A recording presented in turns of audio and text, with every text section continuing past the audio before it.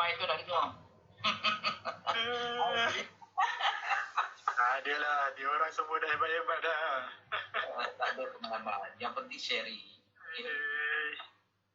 Kita tengoklah sama-sama. Bantu adalah satu.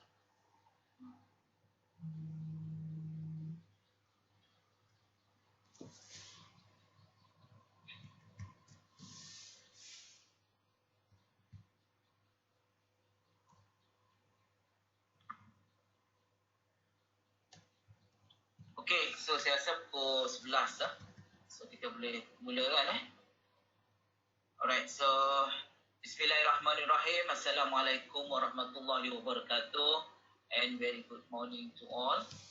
Welcome to our session, webinar session today. Some sort like, and then if you want to listen, actually we have two here, not one. I'm very proud that Dr. Michael is willing as well. Dr. Michael, so he just got his associate professor here in School of Electrical. Maybe we can learn something from them. Before we proceed to our talk today, let me recite Surah Al-Fatihah. Yeah.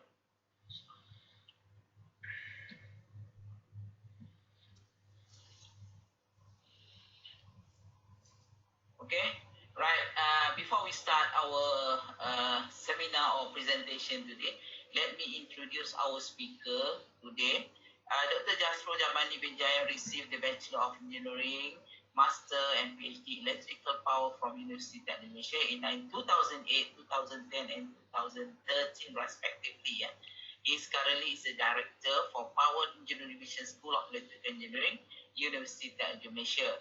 Dr. Jasro is actively involved in research as a principal investigator as well as a leader in consultancy projects with several companies such as Petronas, TNB, which focuses on relay coordination projects and off-grid solar PV design. He is also the author and co-author of more than 80 publications in international journals and proceedings in the area of power systems and energy. His research interests include network reconfigurations, optimization techniques, and renewable energy. And then we have another one, our speaker today as well. Another one is Dr. Associate Professor IRTS Dr. Michael Long Peng Tan. Is an associate professor in the field of low-dimensional nanoelectronics devices. He is the head of Computational Nano Research Group, School of Electrical Engineering, UTM. He's obtained his Bachelor of Engineering and was appointed as a tutor in the same university in September 2003.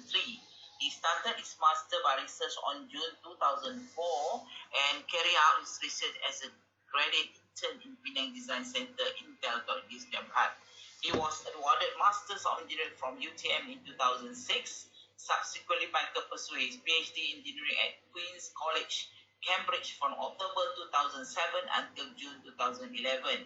He was awarded his PhD degree in July 2011 at the University of Cambridge, United Kingdom. He is a chartered engineer registered under the Indian Council of the Kingdom. He is also lifetime corporate members of the IEM, member of Institute of Engineering Technology and Physics of Institute of Physics, IOP, life member of American Physical Society, and senior member of IEEE. His research interests are in the device modeling and circuit simulation of silicon and carbon-based nanotransistor. So this is our young and talented lecturers from SKE that can obtain their associate professor within 40 years. I think at the age of 40, I think Michael just this year got his age 40, and Jasro I think about 36, isn't it? I'm not sure. Is it correct? Yeah, 36. Very, very young. So maybe we can learn something from them. How do they get very fast in terms of so that more people can follow their track, so that you also can get what we call the associate professor. And then after that, maybe after 5 years, definitely they will get the professorship. I hope so. No problem. By the time maybe we are retiring already. Okay, without any further ado, so I would like to invite Dr. Jasro Jamani Jamian to share his experience on the journey on how to be an associate professor in University of Indonesia. Over to you, Dr. J. Alright, okay. Thank you very much, Prof. Kamal. Bismillahirrahmanirrahim. Assalamualaikum warahmatullahi wabarakatuh. And good morning, everyone. First of all, I would like to thanks to Dr. Michael. Really thanks to him, okay, for the help that he will share as well. The journey to become a associate professor this morning with us. I have prepared some slides. Cuma itulah, my slides in Malay because I thought that initially we should the presentation will be focused on the UTM Shine. Tapi tak apa. Let me share my slides. Okay. Dah nampak ke screen? Okay, alright. Alright. Okay. First of all, I would like to thanks to Prof. Kamal for this invitation, as well as I would like to welcome to all SKE staff, SKE Shine, as well as lecturers from others faculty, because just now I've seen some of them is from SKE and so on and so forth. So, lebih dahulu, saya mungkin ambil masa lebih kurang 30 minit. So, allow me to use bahasa Malaysia, bahasa Melayu, because I think there is no foreign lecturer over here. So, lebih dahulu, fokus saya sebenarnya presentation lebih kepada SKE Shine. Ini antara contoh-contoh muka-muka SKE Shine yang berada di SKE. Ini saya rasa meeting yang terakhir saya rasa bersama Prof. Kamal. Saya ingin mengucapkan ribuan terima kasih tahniah kepada Prof. Kamal atas atas wujudnya SKE Shine ni, dan kita nampak ramai pakar-pakar sebenarnya dalam ni, pakar-pakar dalam bidang-bidang lain yang mana saya jauh ketinggalan daripada mereka, dan saya rasa tak ada masalah pun sekiranya mereka untuk pergi ke associate professor dalam masa terdekat, insyaAllah. Sebelum saya mula, yang ni satu perkara yang saya nak highlight. Perkongsian saya hari ni bukan fokus kepada macam mana, saya akan kongsi macam mana journey saya pergi ke associate professor, tapi saya yakin rakan-rakan yang lain pun mampu untuk pergi kepada associate professor, cuma laluan kita berbeza. Setiap orang mempunyai garis masa tersendiri, setiap orang mempunyai cabaran yang tersendiri, setiap orang mempunyai kekuatan yang tersendiri. So, saya nampak ianya adalah dia bukan isu cepat atau lambat, dia sebenarnya isu bagaimana laluan kita. Bila saya cepat dalam saya dapat associate professor, belum tentu saya cepat untuk dapat profesor dan juga yang lain-lain. So, saya harap kawan-kawan yang lain dapat pegang perkara ini. Tak perlu risau, kita punya perjalanan berbeza. Tapi bolehlah ambil pengalaman apa yang saya lalui, apa yang Dr. Michael akan share pada hari ini. Mungkin boleh jadi sedikit garis panduan kepada rakan-rakan untuk permohonan kepada associate professor. Okay, macam saya kata tadi, saya highlight lebih kepada SKE Shine sebenarnya. So, kalau gambar ni pun saya rasa ramai orang dah tengok. So, apa yang saya nak cuba highlight dekat gambar ni sebenarnya disebabkan kekuatan kita berbeza. Setiap orang berbeza. Macam Dr. Mastura contoh dia. Dia memang hebat dalam teaching and learning, yang mana jauh ketinggalan saya berbanding dengan dia. Termasuklah Dr. Zahara, Dr. Yana dan lain-lain. So, disebabkan cabaran kita, kekuatan kita berbeza, maka mungkin kita perlukan strategi dan juga usaha yang berbeza untuk kita mencapai kejayaan. So, setiap orang mempunyai kekuatan berbeza secara tak langsung. Kita memerlukan strategi yang berbeza untuk kita mencapai apa yang kita inginkan. Okay, so yang ni sekali lagi saya minta maaf sebab asalnya saya ingatkan pembentangan khusus kepada SKE Shine. Saya nak cakap dekat sini, SKE Shine semua hebat-hebat. Masing-masing dah buat macam-macam perkongsian. Dr. Julia, Dr. Arif, Dr. Usop, lagi Dr. Osman. Ini antara orang yang saya paling respect lah, Dr. Osmanullah. Dr. Zahara, Dr. Mastura, Dr. Said, Dr. Zul dan Dr. Yana. So, tahniah sekali lagi Prof. Kamal atas usaha wujudkan SKE Shine. Saya rasa satu platform yang sangat baik untuk kita menengahkan rakan-rakan ataupun kita kata staf-staf muda untuk maju ke depan. Okey, terlebih dahulu saya mungkin akan sentuh sedikit tentang career, apa yang perlu kita ambil perhatian. Lepas tu mungkin saya akan hand over dulu kepada Dr. Michael, perkongsian beliau sebelum saya berkongsi. Saya minta maaf sebab saya terlibat dalam pembentangan senat sebenarnya sekejap lagi. Tapi masih belum dipanggil. Mungkin saya akan sentuh yang ni dulu. saya hand over kepada Dr. Michael untuk berkongsi. Lepas tu saya akan berkongsi untuk bahagian saya pula. Boleh ya? Okey. Ini antara perkara-perkara yang perlu diambil perhatian bagi sesiapa yang ingin memohon kepada Profesor Madira. Betul, kita isi dalam ELPPT, lepas kita isi dalam ELPPT biasanya button dah hijau. Bila button hijau, kena maklum, button hijau bermaksud sebenarnya kita layak untuk memohon kepada DS54. Bukan kita akan dapat. Maksudnya button hijau tu cuma melayakkan, cuma mengatakan bahawa kelayakan kita untuk mendapat DS54. So ini adalah 5 perkara yang perlu kita ambil perhatian, perlu kita sediakan sebelum kita submit borang, sebelum kita pergi interview dan sebagainya. Contoh yang pertama adalah dari segi PhD student. Sebab bila kita tengok dalam ELPPT, dia tak tanya tentang PhD student dah graduate ataupun belum. Tapi untuk DS54 ini adalah syarat yang dilihat. So untuk kita mohon kepada DS54, kita perlu ada sekurang-kurangnya 1 PhD ataupun dan juga 2 master. 1 PhD sebenarnya bersamaan dengan 2 master. So kalau kita dapat 2 PhD student, automatik kita dah lepas syarat pertama. Okey. Syarat kedua yang ni, iaitu sanjungan akademik dan kepimpinan akademik. Yang ni biasanya, walaupun kita dah isi dekat ELPPT, biasanya mereka akan nilai, mereka akan tengok balik sama ada fulfill ataupun tidak syarat-syarat terbabit. Okay, so ini antara item-item yang tertinggi adalah bilangan sebenarnya. So macam badan profesional antarabangsa perlukan 2, jawatan kuasa peringkat kebangsaan ataupun universiti perlukan 5. So yang ni kena hati-hatilah sebab dia adalah jawatan kuasa peringkat kebangsaan ataupun universiti sahaja yang dia akan ambil kira. So sementara kita kena rancang betul-betul untuk kita terlibat secara langsung ataupun secara langsung lah, memang kena secara langsung dengan jawatan kuasa di peringkat kebangsaan, di peringkat luar dan juga di peringkat universiti.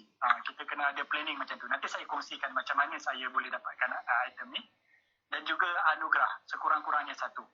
Okay, selain daripada perkara nombor 2 ni, kita ada juga perkara nombor 3 iaitu khidmat kepada universiti dan masyarakat. Sekali lagi, yang ini pun biasanya mereka akan semak sekali lagi. Yang ni atau, maksudnya salah satu. So, kita perlu ada jawatan kuasa akademik ataupun khidmat masyarakat, perlu ada program tersebut sekurang-kurangnya 5. Dan juga ataupun kita perlulah menjalankan kursus dan sebagainya. It's a resource person. Untuk kursus pendek ataupun latihan menjadi penceramah fasilitator sekurang-kurangnya 2. So yang ini atau waktu kita merancang kepada plan kepada DS54, kita kena tengok syarat-syarat yang ni. Syarat ni sebenarnya dia tak ada, bukan dia tak ada, dia mungkin ada secara tak langsung waktu kita nak apply button hijau tu, tapi semakan akan dibuat untuk sama ada kita fulfill ataupun tidak. Dan yang keempat ni yang biasanya ramai sangkut. Yang ramai bukanlah sangkut, dia tertunda menyebabkan permohonan perlu dibawa ke depan dan ke depan. Iaitu yang pertama, kena ada projek perundingan jaringan industri. So sama ada sebagai projek perunding, ketua ataupun ahli, sama atau mempunyai MOU dengan industri atau mempunyai MOU dengan institut luar negara atau spin-off company. Perkara nombor 4 ni yang menyebabkan ramai yang biasanya stuck. Biasanya tak jumpa kalau dia tak pernah buat projek perundingan, tak pernah ada MOU dengan industri, tak pernah ada dengan institut luar ataupun tak pernah ada spin-off company. Kalau sini terhenti, sini semua ni kosong, automatik proses untuk borang submission tu akan tersangkut. Dan last sekali adalah website. Website dia tak tengok daripada peringkat school, tapi dia akan tengok waktu peringkat atas. Waktu kita nak pergi interview, one of the requirement yang mereka lihat adalah website. Okay? So, saya ada lagi 2 perkara lagi, tapi saya ingin mohon izin untuk skip terlebih dahulu. Dan saya mungkin serahkan kepada Dr. Michael untuk Dr. Michael share pengalaman dia, apa yang dia ditanya sewaktu interview di peringkat atas, di peringkat UTM dan juga di peringkat SKE. Boleh Prof Kamal saya hand over kepada Dr. Michael terlebih dahulu? Okey, boleh. Okey, Dr. Michael. Silakan. Okey, I leave it to you. Because Dr. Michael ni just baru je dapat as professor. So jadi maybe kita boleh dengar experience from Dr. Michael. Okay, thank you. Alright, thank you. Pian Dr. Jasron dengan Prof. Kamal. So I will share a bit about my interview experience lah. So hari tu bila before interview tu dia akan email kan, you dapatkan satu email lah.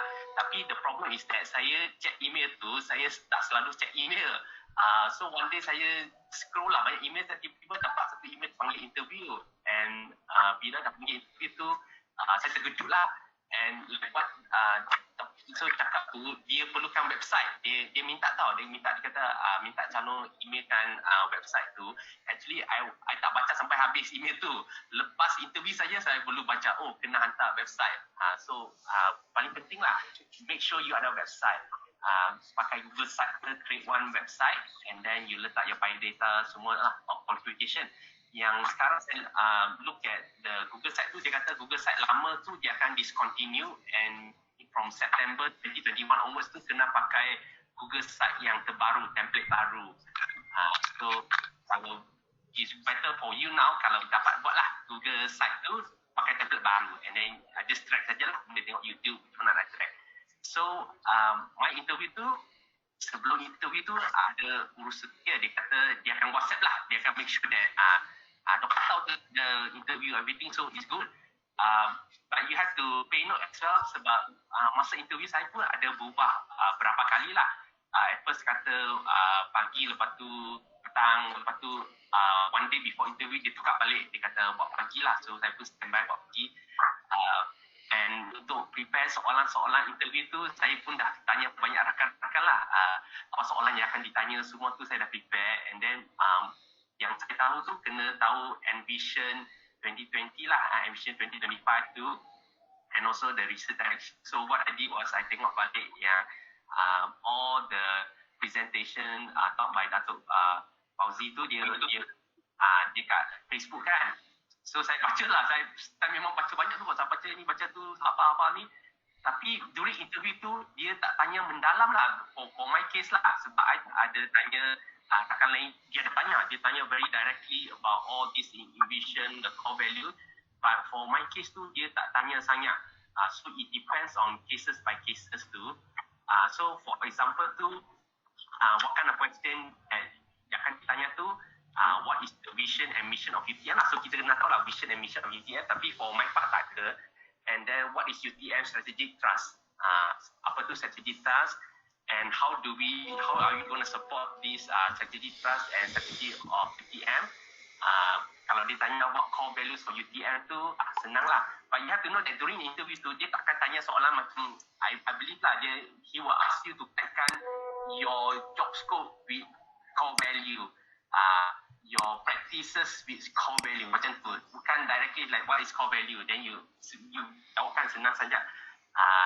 So during my interview tu, question saya lucky lah sebab dia buat Webex tu, kita masuk 4 orang, and saya pun tak tahu ada calon-calon lain dari sekolah lain pun masuk juga. Dia macam Webex, kalau masuk Webex tak nampak banyak muka, 16 muka tu dulu, saya pun dah panik lah, siapa ni. I didn't know ada calon-calon lain. And then during my interview tu saya tak perlu introduce myself sebab ada kawan-kawan lain kata kena introduce yourself for 5 minit 10 minit, cakaplah your file data kan. Untuk saya tu directly start. So soalan saya tu yang pertama tu adalah what is your proudest achievement for UTM. Okay, proudest achievement for UTM tu maknanya open ended lah, boleh jawab anything that you like lah, that you think your proudest achievement. So dia tanya siapa nak jawab dulu. So saya pun jawab dulu lah, saya pun excited lah. Saya nak jawab dulu Prof. So saya jawab, jawapan saya kata during yang IIT Day tu kita manage to get a lot, 80,000 lah, sponsorship, everything tu lah. And then after that, Prof Zain tanya saya, kata for that, which committee are you? Saya kata, saya ni dari unit sponsorship. And then he said, oh, unit sponsorship patutnya dapat duit lah. So after that, he tukar the soalan. Dia tukar soalan lagi susah sikit untuk calon-calon lain tu. What is your proudest achievement beyond your job scope? beyond yang macam duty community itulah. So lagi susah. So my tips is that kalau nak jawab tu, be the first one to answer. You first one to answer tu, dia actually soalan tak susah. Lepas tu you answer the second one, dia akan susah lah. So be the first one to answer. So bila saya dah answer tu, product achievement for UTM tu, okay lah, dia masa interview tu dia tak kata jawapan you tak betul, tak apa. Okay, dia accept, then then dia follow. Dia akan tanya rotation lah. Sebab kita ada 4 calon termasuk saya. 4 rotation dia tanya. Lepas tu calon lain, maybe panel akan tanya soalan lain. Then I dapat, when I come to my second question, my second question was, what is UTM Satellite Lab? So you have to know UTM Satellite Lab tu saya dengar banyak kali dah dengar, tapi saya pun agak-agak saja saya kata okay, UTM Satellite Lab tu satellite dengan industri lah, kita klik kat UTM. Then you boleh buat inbound dengan outbound. Kalau kita tak pakai, student tak pakai, industri tak pakai, student boleh pakai, macam tu lah. And saya pun jawab pendek saja. Then the last question is that what is your next plan after PM? What is your plan? Kalau dapat PM tu nak buat apa dah? What is your next biggest achievement? So dia kata open to all, siapa nak answer. Open to all, siapa nak answer. And that time tu, okay, first calon tu dia answer panjang, 5 minit macam tu. Lepas tu second calon kan, dia kata, okay, second one, candidate siapa nak jawab soalan ni. Tak ada orang nak jawab tau, so semua takut. Saya pun takut. Saya pun tak tahu nak cakap apa ni. And then tak ada orang nak jawab. Lepas tu dia kata, okay, kalau since tak ada orang nak jawab, okay, kita pilih calon siapa nak jawab. So nanti dia pilih, okay, Dr. Michael, you ni jawab. So saya pun jawab lah. Saya jawab, okay, jawab. Mana tahu soalan keempat lagi susah. Soalan keempat tu ialah naming your community contribution lah. So like Dr. Jasso kata, it all depends on your strength lah. Kalau memang your strength is actually community work, then you are able to answer it very easily lah. So for example, yang macam soalan pertama tu kan, what is your proudest achievement for UTM tu? One of the calon jawapannya memang bagus lah. Proudest achievement dia sebab dia kata dia create textbook untuk student. And then sebab student tak ada textbook kan, dia tulis sendiri. Dia tulis sendiri textbook tu. And then after that, dia bawa pergi penerbit UTM. Penerbit UTM kata, dia don't know lah, problem. Penerbit dia kata tak terbitkan buku tu lah. And then dia kata dia bayar and dia terbitkan sendiri. So bila panel dengar, very good. Because dia kata, beyond your job, beyond your responsibility. Sebab you buat sampai habis. That kind of achievement lah. So all those things like maybe that you buat for the teaching and learning, mengenali tu boleh for this answer. Proudest achievement sebab you do something that you tidak disuruh buat tapi you buat juga. You buat satu sistem mengenali itu. So okay, this kind of answer tu boleh dipakai masa interview lah. So don't think that benda saya buat ni remeh-temeh tak boleh dipakai. You jawab saja. So I believe a lot of us, rakan-rakan pun ada banyak achievement yang bagus-bagus tu. But maybe you think that it is, maybe for ERPTT tu markah dia tak tinggi lah. Tapi untuk interview tu memang berharga. So you boleh pakai macam ni. That is my tips lah. So anything that you believe that your contribution, big or small tu, you cakap saja. So saya pun ada tanya rakan-rakan lain juga masa interview tu, apa question yang mereka akan tanya tu, question yang saya dapat tu ialah kalau you are under robotik tu, what is your halal tuju robotik di UTM? And ada soalan-soalan yang susah jugalah. Kalau staff tak perform tu, what will you do? So you have to fikir, kalau staff perform, macam you dah jadi administrator dah, tak perform, what will you do? Dia nak dengar answer tu. Ada answer tu yang banyak copy, yang masa peperiksaan yang dia pakai, yang copy tu kan, yang student copy yang online tu lah. And dia kata kalau bukan pelajar ditangkap tau, kalau staff ditangkap buat macam tu, what will you do? So ini soalan-soalan yang memang kena fikir lah. Tapi during my interview tu, it was quite smooth lah. So my the other thing that kita boleh get more idea is that you boleh baca ambition tu, sebab dia ada ambition 2021 to 2025 booklet tu, dia dah tulis vision, mission, core value tu. Tak payah hafal word by word, but at least you know the inti parti tu, so that bila dia tanya soalan tu boleh dikaitkan. Macam dia kata, what is your contribution in terms of core values UTM. So you pilih lah, okay, in terms of excellent, okay, you got excellent tu, core value UTM ada 4, integrity, synergy, excellence, sustainability. Then you jawab, in excellent tu, what is your contribution? In integrity tu, what is your contribution? And the thing that I found out juga, sinergi kan, dulu kita sinergi 4.0, sinergi 4.0 maknanya dia gabungkan fakulti, semua kan, dia gabungkan fakulti, sekolah, jadi sekolah. Tapi sekarang dia ada sinergi 5.0. What is Synergy 5.0? Synergy 5.0 itu is to prosper life. Is more to education lah. So bila kita jawab tu, jangan pergi pakai sinergi lama. Dia kata, what is the new synergy? Dia kata, synergy, I know gabung fakulti. Tak boleh lah. Sebab dia kata, you're not up to date lah. So memang penting tu juga tu baca lah. Boleh pergi kat Facebook, dapatkan balik all the talk by Professor TNCA, semua tu dapat. Okay. And then it's also good to know that the strength, weakness, SWOT, the strength, weakness, opportunity and threat. Threat lah. Kalau dia kata what is the strength of UTM, kita kena tahu lah. Kalau kita tahu strength UTM tu, kita expert and professional leading in research, technology and learning. The other thing that paling important is that high graduate employability. Because everybody yang Dato' Bisri will talk about this high graduate employability yang kita nak dapat at more than 95%. That is our strength juga lah, because we have high graduate employability. What is our weakness pula kalau tanya? What weakness tu sebagai contoh, paling senang, aging infrastructure lah, insufficient operation budget. Yang tu pun boleh pakai kan? Increase maintenance cost. How about apakah opportunity UTM yang ada? Opportunity yang ada, good digital infrastructure and fund allocation for digitalization, and we also have strong governance and supportive policy. And what are the threats that we are facing? Reduce funding for research university. All common sense kan, kita pernah face lah, reduce funding, betul lah. And then after that, selalu UTM kena hack. So this is high cyber security risk as well lah. So this SWOT tu based on UTM. Tapi kalau dia kata, what is your SWOT on yourself? Diri sendiri you. So you have to be able to tahu lah, what is my strength, kena cakap strength, weaknesses, opportunity and threat. Okay. And talk about the Synergy 5.0 tu, prosperous life tu ialah the hot thing right now lah, nak create the micro credential course tu lah. That's the thing. That is the first thing. Kalau dia kata nak prosper life tu, Synergy 5.0, what are bagaimana kita nak buat dia?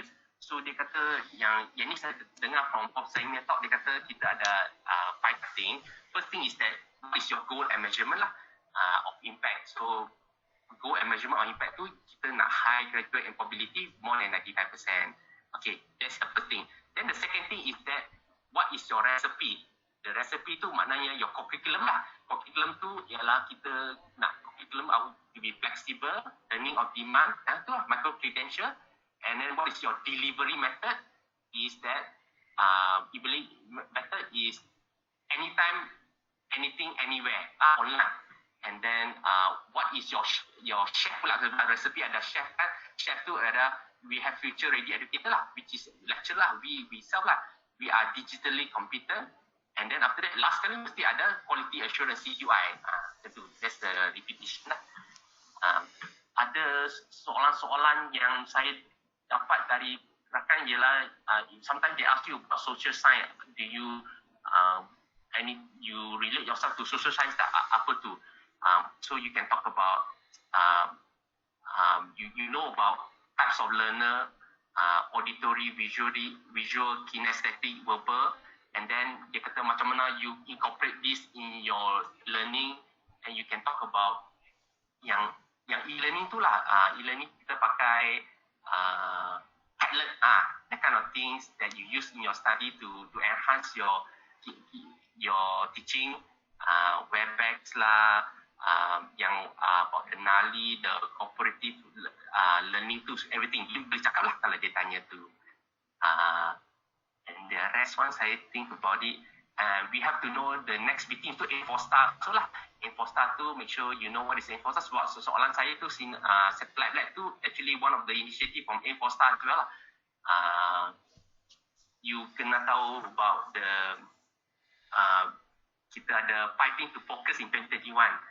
Kata Fauzi kata, kalau dia interview tu dia nak tanya dia, what is the 5 things that kita nak fokus for 2021? First of all, tu people management, institutionalized ISS yang tadi yang core values tu, strengthen research impact, governance and high performance delivery. Okay, so I think that is all for me. I also say that I kind of lucky juga sebab dia buat WebEx kan. Kalau saya tahu yang sebelum ni kalau buat face to face tu memang panik lah. Kalau saya masuk face to face pun saya agak panik juga, tapi sebab dia WebEx tu dia nampak muka banyak-banyak macam tu lah. So bila kalau dia buat group tu, calon-calon lain jawab, you boleh fikir, you just fikir what kind of answer tu, ada chat jugalah. So it depends on your strategi jugalah. You nak be the first to answer ke atau you nak be the second one to answer. Kalau first one answer, dia boleh jawab panjang, you boleh fikir dulu, atau lepas tu jadi yang kedua answer lah. But yours depend on the question. Kali dapat nombor 2, dia dah tukar soalan. Okay lah, that is my sharing. Ada any question boleh tanya, saya boleh jawab kan? Okay, Dr. Jasro dah ada ke ataupun dia ni? Okay, so kalau maybe dia ada present kot. Okay, I think that's very interesting. Masih dah present ke belum? Belum lagi Prof, masih lagi dekat lobby. So, tapi bolehlah kalau nak Q&A untuk Dr. Michael dulu. Saya nak minta maaf dekat rakan-rakan semua. Sebab hari ni saya diminta untuk bentang program NEP Master dekat Senat. So, daripada pagi tadi sebenarnya menunggu, daripada pukul 9 pagi sampai sekarang, sepatutnya lepas ni terus dengan saya. So, kalau ada apa-apa soalan boleh tanya Dr. Michael dulu. Okay. I think I think Dr. Michael give you a lot of tips. Okay, a lot of tips here. Okay, I think basically most of the interview they will be asking that lah. Especially the core values kita, strategy, imposter, vision. Then before you go for an interview, to make sure that you know that lah, especially on strategic task, si R&D, apa semua imposter, you know. the things tu memang kena tahu lah. Itu definitely ya. Kalau tak boleh tahu tu memang sukar enggak lah kalau enggak nak cakap. So just bagi fluent. Mungkin dia suruh explain salah satu saja kan, daripada all the core values yang ada, daripada imposter tu, what do you understand by imposter, can you elaborate one of the imposter yang you rasa you boleh contribute, you know, just they want to see the more your understanding and then how you can contribute towards UTM as a general lah saya rasa. Okay, and now we open to anybody who like to ask a question from Dr. Michael. So because Dr. Michael just go for interview and he got the professorships, Professor Badia. So maybe dia masih orang kata masih lagi banyak info yang boleh disalurkan kepada semua. Saya nak tanya. Okay, kita buka sekarang, kita buka. Okay, kita go for Q&A session. Lagi baguslah saya instead of just explaining. Ada soalan nak tanya?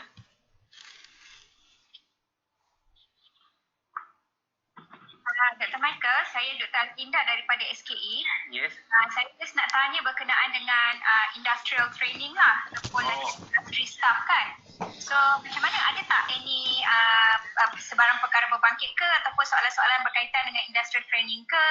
Ataupun sebagai contoh mungkin ada staff yang minta exemption untuk industrial training. Jadi ada tak soalan masa interview session tu? Soalan masa interview session tu dia tak akan tanya yang isu-isu itu. Dia akan normally tanya what do you do with industry, the linkages with industry that benefit the community. Macam tu. Bukan macam what is your linkages with industry. Senang sangat. Then you jawab saja, my linkages sebab you tak tulis dalam CV tu. Kan your achievement, so to benefit community, that kind of thing lah. So dia kata, what did I do with industry tu, sama-sama kita help community lah. So you can expect that kind lah. Okay. So lebih pada community punya Yes. involvement lah kan. Yes. Dia sebelum dipanggil interview ni, dia mesti kena buat industri. Okay, dia boleh tanya macam soalan macam ni kata, okay, since you are doing your industrial training, industri itu contribute apa dah kepada UTM so far? Apa yang you dapat? So dia akan tanya balik tu. So tapi dia tak dia, sebab saya rasa dah banyak semua yang dah buat industri, dia tak go into that. Dia boleh tanya soalan macam tu. Apa yang kita dapat daripada once you do the industry training tu, especially contribution towards UTM. Kalau you ada MOA, collaboration, grant lah, cakap lah yang dia ada student. That's good lah. Itu yang dia orang nak yang sebenarnya. Sebab apa kita go for industry training tu. Okay. Alright. Okay, is there any more question?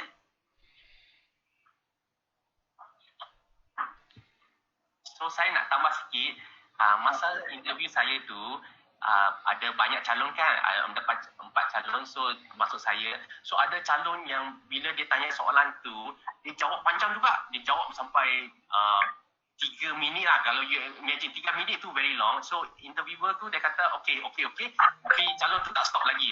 Dia cakap panjang lagi. Sekarang until yang panel tu dia kata okay dah cukup, answer dah cukup. So maybe strategi dia lah, dia jawab panjang. Jawab panjang. If you have things to say, you pun boleh jawab. You cakap panjang-panjang. Oh dia. But for me, I didn't cakap panjang lah. I was quite short lah my answer. So Dr. Michael, Yes. your suggestion lah kan, ataupun your advice lah. Adakah kalau ditanya soalan tu kita nak bagi jawapan yang panjang ke ataupun just straightforward? Jawapan yang pendek, short and brief, ataupun kita nak elaborate more ke macam mana? I think Pengalaman lah daripada interview tu. My pengalaman is based on your readiness lah. Kalau you ada things to say, you say lah. Sebab takut nanti nak cakap panjang, then cakap yang tak kena-mengena pula. Tapi tak apa, sekarang saya dah share the tips that at least you know lah, you can get ready already. Okay, saya nak bagi pandangan saya. Bila dia jawab sepatah, janganlah kamu answer sepatah. Just you elaborate a bit, tapi jangan terlalu panjang pula. Okay, sebab dia nak tengok your opinion tau. Your opinion, cara you cakap, cara you nak, macam mana you nak berdepan dengan all this kind of thing. Okay, so sebab kalau macam kalau dia tanya satu soalan, kamu jawab balik jawapan dia sepatah juga, memang dia akan, maybe the chance nak dapat tu memang dia tak bagi nanti. Even though kamu dah ada actually dah 50% dah tu. Kalau one go for interview tu at least 60 to 70% tu memang ada. Cuma interview tu kadang memainkan peranan juga. Okay, dia nak tengok macam mana you berhadapan dengan situasi dengan orang bila orang tanya all this kind of thing. Okay, so that is my advice. Kalau dia tanya satu, janganlah jawab satu. Jawablah sikit. Just elaborate sikit. Jangan terlalu panjang pula. Nanti dia tak okey pula. Okay, that is my advice lah. Okay? Alright? Okay. Thank you, Prof. Thank you, Dr. Michael. Okay, is there any more question to ask? Selamat pagi, Dr. Michael. Yes. Ni daripada mana ni? Cuba cakap ni daripada mana? Saya Dr. Zura dari School of Computing. Okay, alright. Okay, soalan saya senang je. Tanya ya Dr. Michael. Thank you. Azura. Saya nak tahu siapa yang interview Dr. Michael tempoh hari? Okay, yang interview saya tu was dapat Prof Zain yang mantan DNCA. So he was very nice. Prof Zain tu bila masuk tu dia pun dah cakap very nice. Okay, kita ada calon-calon ni. So you feel like at ease lah. Bukan masuk dah takut tu, dia introduce, dia cakap. And then saya pun dapat Prof Abdul Samad. Okay, Prof Abdul Samad pun okay. Then Prof Dr. Hishamuddin. And then also Prof Datuk Nazri lah. Empat panel interview tu.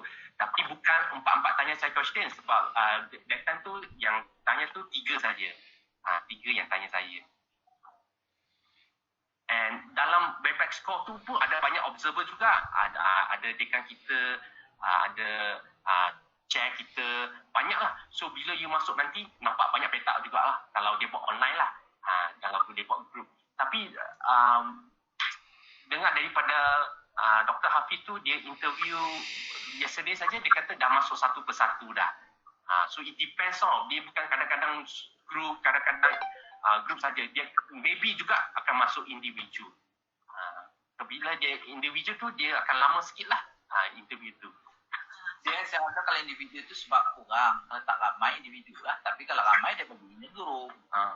Itu kan. Sebab kalau nak buat individu nanti mungkin masa tu. Tapi kalau saya rasa individu ke grup ke, as long as you boleh jawab apa yang dia tanya, saya rasa tak ada jadi masalah. Okay, thank you Dr. Michael. Okay, yang lain? Ada lagi banyak ni boleh tanya ni. PMS Hospital. Okay, very nice. Dr. Michael, you give a very good input to all our new staff, new generations, how to tackle the questions during the interview. Tapi the most important thing, kalau for untuk semua, make sure that you fulfill all the requirements too. You will fulfill all the requirements for your applications lah. Kalau dia ada latihan industri, make sure buat lah. Jangan tak buat pula. Kalau tak buat, memang dia tak panggil langsung interview dia. Itu salah satu. Kalau ada PhD, grad, mesti kena ada lah. Dia minimum requirement tu dah fulfill.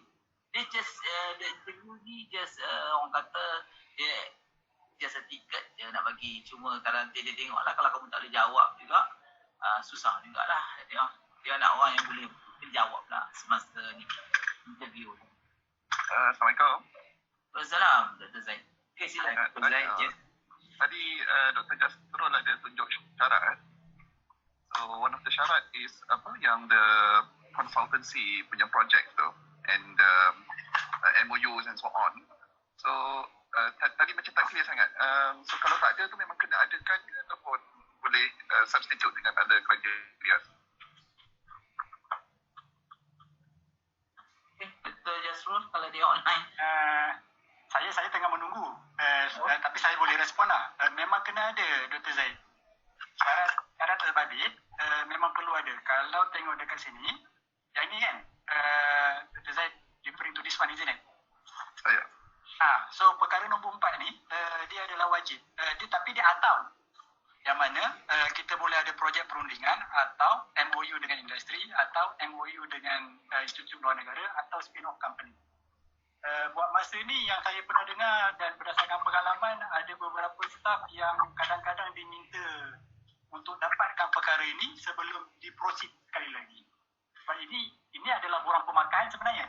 Saya keluarkan daripada item-item tersebut, ini antara 4 yang biasanya kita terlepas pandang. Bukanlah kita terlepas pandang, kita tak aware pun benda ni perlu ada. So bolehlah untuk, dia tak semestinya ketua. Kalau kita jadi ahli dalam projek perundingan pun tak ada masalah.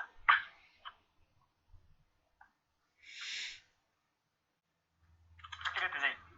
Noted, thank you. Saya rasa yang ni yang kadang-kadang yang agak ramai yang tak dapat lah. Saya rasa sebab tiga-tiga tu agak sukar juga. Especially kalau kita tak buat community project atau consultation, dia spin-off, itu memang susah sikit lah. Kalau spin-off tu, dua tu je, MOU dengan ni. Kalau MOU tu, kalau kamu ada dengan mana-mana ex-ahli pun tak ada masalah, boleh. Dia sebagai ahli pun sebenarnya tak ada masalah. Tak semestinya ketua untuk perkara nombor 4 ni lah. Saya tak pasti lagi, masih belum dipanggil lagi. So, saya share sikit boleh, Prof? Boleh. Sila. Yang ni pula perjalanan saya. Saya minta maaf lah. Masih belum dipanggil ni, so saya share sikit. So, saya mendapatkan PhD tahun 2013 dan apa yang berlaku waktu saya habis PhD 2013 tu memang saya dah target untuk saya dapatkan associate prof dalam masa 7 tahun. Tapi saya berjaya 7 tahun setengah. Terlebih setengah tahun lah. Kenapa saya target 7 tahun? Sebab wife saya cikgu dia automatic naik 8 tahun. So saya kata pensyarah kena pendek daripada cikgu lah. Itu antara aim saya. Memang saya buat aim, saya kata 7 tahun saya perlu naik associate professor, target saya. So bila saya habis PhD 2013, saya terus join sebagai fellow di KTC daripada 2013 sampai 2017. Lepas tu saya join untuk naik pengetua KTHO 2018-2019 dan sekarang menjadi pengarah 2019 hingga 2022 insyaAllah. So apa yang saya nak cuba highlight dekat sini untuk rakan-rakan yang lain, kalau boleh join lah ataupun jadilah sama ada fellow, pengetua dan jawatan kuasa lain ataupun pangkat-pangkat lain yang ada di offer di UTM. Sebab melalui platform inilah yang saya boleh kenal ramai di HCP, saya boleh kenal ramai di peringkat pentadbiran dan sebagainya. Ini apa yang berlaku perjalanan saya lah untuk ini. Dan waktu zaman saya habis PhD 2013, waktu tu UTM letakkan syarat untuk jadi main supervisor mesti kena ada 3 tahun. Lepas 3 tahun habis PhD baru boleh jadi main supervisor. Sebab tu saya punya main supervisor, my first PhD main supervisor pada tahun 2017. Memang lambat lah sebab waktu tu syarat tu dikenakan. Tapi Alhamdulillah lepas daripada tu sekarang saya dah ada 4 main supervisor, PhD student. My first keterlibatan selain daripada itu, my first consultation project sebenarnya berlaku pada tahun 2016. Sekarang Alhamdulillah saya ada 12 project consultation. My first community project dengan Bank Islam pada tahun 2017. Sekarang dah ada 4 projek bersama Bank Islam. Dan my first keterlibatan bersama KPM melalui DSKP dan buku teks pada tahun 2017. Sekarang saya dah ke KPM 13 kali daripada JB ke KL. Dan saya juga terlibat dalam penilaian peperiksaan matrikulasi bahagian KPM tapi bahagian matrikulasi. Saya punya keterlibatan yang pertama pada tahun 2017 dan sehingga kini saya dah 5 kali terlibat. So kalau kita tengok daripada gambar rajah ni, saya boleh kata, alamak saya dah dipanggil pula. Sekejap Okay. Alright, you proceed with masuk dalam tu. Okay, nanti after tu ni boleh masuk balik. Minta maaf ya rakan-rakan. Okay, alright. Okay, thank you Dr. Jasrul. Okay, so that is dia punya pengalaman. Anything that you maybe want to ask, you can ask Michael. If I can answer, I will answer on behalf as well. No problem. Saya boleh je jawab. So jadi yang seperti yang tadi yang Michael yang si Dr. Jasrul cakap tu, yang dia part tu yang saya rasa yang ramai yang susah lah. Tapi as long as you jadi ahli MOU, MOE ke, saya rasa should be no problem. Walaupun dalam tu dia letak MOU, MOE pun boleh kita still consider lah untuk ni. Sebab kalau MOE ni selalunya more yang local lah, yang dalam national lah. Kalau MOU tu more on international lah sepatutnya. Sebab dia kalau international dia tak ada MOE, saya rasa dia MOU. Okay, is there any other things we can share here? Halo, saya Syai dari SKD. Saya ada soalan. Tanya tentang tahun-tahun yang terlibat. Maksudnya ada macam kalau kita nak pergi untuk interview, tahun-tahun tu ada tak macam kena kebelakangan 5 tahun saja perkara-perkara yang berlaku. Yang pergi MOE ke MOU ke semua benda tu. Ataupun perlibatan dalam segi industri itu semua. Adakah tarikh-tarikh itu memainkan peranan yang penting? Dr. Michael, you want to answer? Tapi bagi saya tak, as long as ada fulfill saja. Okay, you ada benda tu. Mungkin you just have last year and then you want to interview for the next year, should be okay. As long as you ada, mesti ada benda tu. Tapi before you go for interview tu, of course lah, your school akan look into that first. So because dia tengok benda tu dah cukup semua, baru dia akan send ke atas untuk go for interview lah. Kalau tidak, dia masih lagi stuck dekat you punya school juga lah. Okay. Thank you. Sebab kalau ikutkan proses lah, kalau nak proses PM ni selalunya, I can just explain to you a bit lah. Kalau proses PM ni selalunya, you apply online and then semua ada hijau semua, you apply. And then after that, kita akan pergi ke you punya school dulu. School akan evaluate first. Evaluate for okay, you layak ke tak untuk untuk dipanggil interview. And then at the same time, kalau you layak, and then kita akan hantar lebih kurang dalam 5 to external assessor. So dia orang yang akan evaluate. Kalau yang external tu pun kalau kamu tengok semua tu daripada RU kita tak boleh simply bagi kepada profesor yang kita kenal lah. So that is the problem. Sebab kat SKI ni, kat kita orang punya tempat, memang kebanyakannya dah retire, dah berhenti and so on. So jadi kita pun menghadapi masalah yang sama untuk nak lantik the new one, the new orang kata we can say the assessor lah, assessor untuk kita punya Institute of Professional Evaluation. And then daripada universiti beside RU dia tak terima. So dia mesti kalau kita nak lantik, kita mesti lantik daripada RU sahaja. Okay, because kita RU, so kita nak mesti so kita ada RU berapa je, 4 je. And then engineering pun tak banyak. Okay, jadi itu yang kekangan-kekangan hadapi lah untuk nak bagikan evaluation. Selepas kita evaluation, kita udah okey semua, lepas tu nanti kita akan buat meeting lah dengan dipanggil PSM nya meeting. So that kita akan tengok okey this okey dah layak, okey kalau kita dah tick semua macam daftar kita dah tick okey dia layak, okey ni baru kita nak buat peer review. Peer review tu kita akan jemput one professor daripada dalam lah. Not from our school, tapi mungkin daripada School of Civil, School of Chemical and so on. And then kalau dia dah okey, dia pun setuju okey ni semua layak, baru kita hantar that application tu ke atas untuk dipanggil interview. Okay, at the same time kalau nak panggil interview tu you kena prepare lah.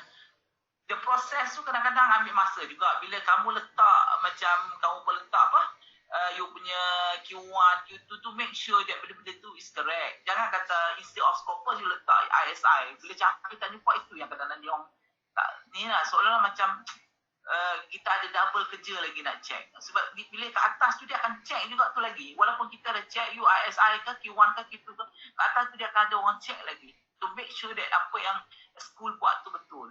Okay, so jadi sebab tu yang kadang-kadang kita pun ambil masa juga untuk nak tengok benda-benda macam tu lah. Kadang-kadang benda-benda yang tak sepatutnya, kalau kamu dah bagi semua betul with a good CV, H-index semua ada, semua lengkap, so senang lah untuk kita nak proses untuk terus bawa ke atas untuk for an interview. That is dia punya route lah kalau ikut macam mana kita nak apply for the associate professor. Okay, alright. Okay, is there any more question? Assalamualaikum Prof. Saya Natra daripada SKM. Saya macam dengar pengalaman daripada rakan-rakan di SKM. Kadang-kadang dia ada bertanya tentang keynote speaker. Yang tu di bahagian 3 ke? Sepatutnya kalau keynote ni, dia bagus. Kalau kamu dah ada keynote tu, bagus. Okey untuk penambah itu yang kadang-kadang yang tersirat tu, yang dia akan tanya tu. Tapi kalau profesor, definitely kena ada. Kalau tak ada tu, confirm dia tak panggil langsung interview lah. Itu tak lepas. Tapi kalau associate professor tu bergantung. Kalau you ada keynote, is an advantage lah. Ada some added value untuk you punya untuk panggil interview lagi.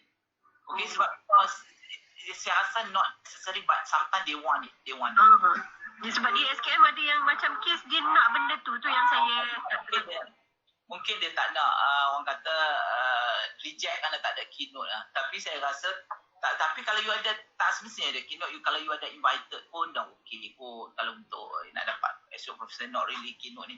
Sebab saya tahu saya kalau keynote pun dia tengok pula keynote tu. Kalau keynote dekat sekolah dia tak mau juga. Dia keynote mesti dekat conference at least 2 days. Baru dia kalau you just buat 1 hari you sebagai keynote memang tak ada value pun.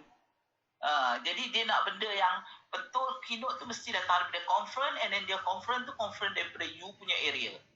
Okay, dia tak nak macam you bidang ni tiba-tiba you buat on business about keynote. Dia memang dia tak nak lah, dia tak terima. Okay, so kena visual tu lah. Alright, okay. Terima kasih Prof. Sama? Okay. Is there any more question? Saya pula jadi. Saya nak suruh dia orang. Okay. Tak apa, tanya teman. Prof Kamal, yang Dr. Oz ada soalan, dia dekat chat tu, dia nak tanya untuk naik PM ni akan dikira segala pencapaian kita dari lantik DS51 ke atau sebelum tu tak akan dikira? Bagi saya kita kira lah semua daripada you start you punya master tu, you publication tu, dikira lah. Okey, melainkan kalau you nak minta profesor, nanti dia akan kira daripada yang lantikkan daripada associate professor. Okey, so lepas dari associate professor tu memang tak dikira lah. Okey, sebelum tu tak dikira. Kalau you dilantik macam Dr. Michael, you lantik this year kan 2021, okey, you need to count balik. You get me, you kena start dari zero ni. Daripada zero balik for your professor later on. Masa ni you kena expose diri. For example, you need to have the keynote, invited, plenary, itu that's one part. And then you boleh buat you punya own, horses, you invite industry and so on. Itu dia akan tengok lagi detail lah. Okay, itu pun after 5 years saya dengar baru boleh apply professor. Tapi kalau excellent tu boleh je nak apply. Tapi selalunya kalau siapa yang apply below than that tu dia tengok excellent juga lah. Tapi selalunya after 5 years tu bolehlah nak apply. Okay? Alright, is there any more? Kita buat sembang santai-santai, siapa-siapa pun boleh tanya, no problem. Okay, kita share. Siapa? Lu Azizi. Apa ni Prof, apa ni kalau kita pergi peer review ni kadang dia punya tak standard apa yang Prof kata renang tau. Maksud dia? Katakan kalau Prof kata dia ikut dia je peer review ni. Saya tak sure so far kita punya peer review okey je. Kalau sikit yang dia ikut dia kalau pasal dia dalam ketika pangkat yang apa ni TKA bagi pun lain, dia punya standing lain tu kita masalah tu ikut dia je kan. Ni daripada sekolah mana ni? Daripada sekolah mana? Saya daripada MJIT. Oh, MJIT. Itu saya tak sure. Itu saya tak sure. Tapi sebab so far, yalah kita daripada sekolah kita yang lebih arif daripada segi okey jenis ni bagus ke, jenis ni jenis fake ke. Jadi kita yang lebih tahu daripada dia orang. Kalau dia orang then dia orang akan just ikut macam maksud saya dia akan ikutlah kelaikan tu. Kalau dia dah cukup, okey dia apa kata, okey tak ada masalah. Boleh, kita boleh proceed untuk dia di kat atas. Selalunya macam tu lah. Kalau dia lebih-lebih pula, tak sure lah. Saya tak kalau dia kita tak bagi, kalau dia bagi ruang kita cakap hati kita boleh tanya dengan dia kan. Takut dia check pun tak betul. Kan? Tapi ruang tu kita tak ada. Oh ya ke? Kalau tak ada ruang kita boleh tanya dia apa yang you kata tak boleh. Kita boleh berdebat dengan dia lah. FKI kita panggil. Kalau kita rasa dia tak ada, kita panggil. Okay, macam mana ni? Unit kita ni dekat mana ni? Tak ada. Macam tu nak kena clarification daripada pesyarah sendiri. Ada bukti tak? Yang penting apa-apa mesti kena ada bukti lah. Tak boleh lah kamu je cakap kamu bagi invited, kamu bagi keynote kat sini sekian-sekian. Bukti tak ada. Cari website tak ada. So macam mana orang nak percaya? Memang kontak lah.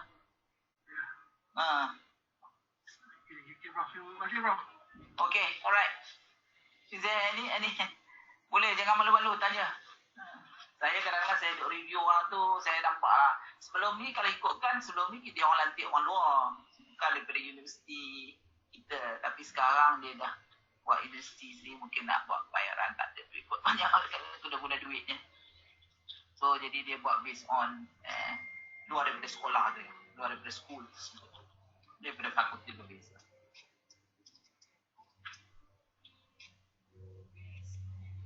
Okay, this is the time untuk kamu nak tanya apa benda kamu nak tanya, please. Kita nak Prof. So, Dr. Jasrul masuk ni. Prof. Ya, saya. Saya Dr. Azura, suka computing. Perkara nombor 4 tu kan, yang perundingan jaringan industri tu, bila ditulis MOU dengan industri tu maksudnya kalau department under IPT tu dikira industri. IPT tak industri kan? Industri dengan industri lah. Betul-betul macam Intel, Motorola ke, Keysight ke apa nak. Jadi industri kan? Kalau dengan hospital semua tu tak dikira kan? Hospital maybe industri. Itu kena clarify. Saya pun tak sure sangat tu. Hospital tu mungkin dia macam dia mungkin kita tengok dekat mana dia punya tu. Mungkin industri dia based on yang orang kata apa dengan research. Itu hospital dia ada research institute. Itu mungkin Industri lah. Boleh dikira. Setahu saya boleh sebab sama macam Bank Islam, saya buat dengan Bank Islam, kita kira sebagai industri. Bank Islam memang industri lah. Dan ada. Ya boleh lah kok, saya tak sure itu mungkin dia masuk bola. Boleh masuk-masuk jugalah. Saya baru habis pembentangan Prof. Boleh sambung ke kita berhenti? Saya tunggu daripada dia orang lah. Apa-apa soalan saya boleh jawab. Boleh ya, saya kongsi sekejap rakan-rakan. Saya kongsi sedikit saja, minta maaf lah. Okay. Pembentangan dia 10 minit je. Nak menunggu dia, ya Allah. Standard. Okay. Alright, saya kongsi sedikit, insyaAllah saya laju kan. Ini sedikit perkongsian lah daripada saya. Yang ni saya bagi tahu tadi. Kalau rakan-rakan tengok dari segi apa yang saya nak cuba highlight dekat sini, chances untuk kita dapat first project bagi siapa-siapa yang tak pernah terlibat dengan projek community, projek consultation dan sebagainya, saya tak nafikan untuk dapat tersebut bukan mudah. Tapi kalau kita dapat dan kita berjaya untuk buktikan, berjaya untuk kita laksanakan program tersebut, automatik dia akan datang projek-projek yang lain. So kalau kita tengok contoh macam consultation, first projek saya 2016. Sebelum 2016 ni, maksudnya daripada 2013 sampai 2016, saya terfikir macam manalah saya nak dapat projek consultation. Lagi-lagi saya dalam bidang power system yang melibatkan TMB. So nampak macam mustahil. TMB mesti mereka dah ada engineer mereka. Tapi Alhamdulillah bila dapatnya projek pertama ni, 12 projek susulan daripada orang company lain, daripada TMB pun datang.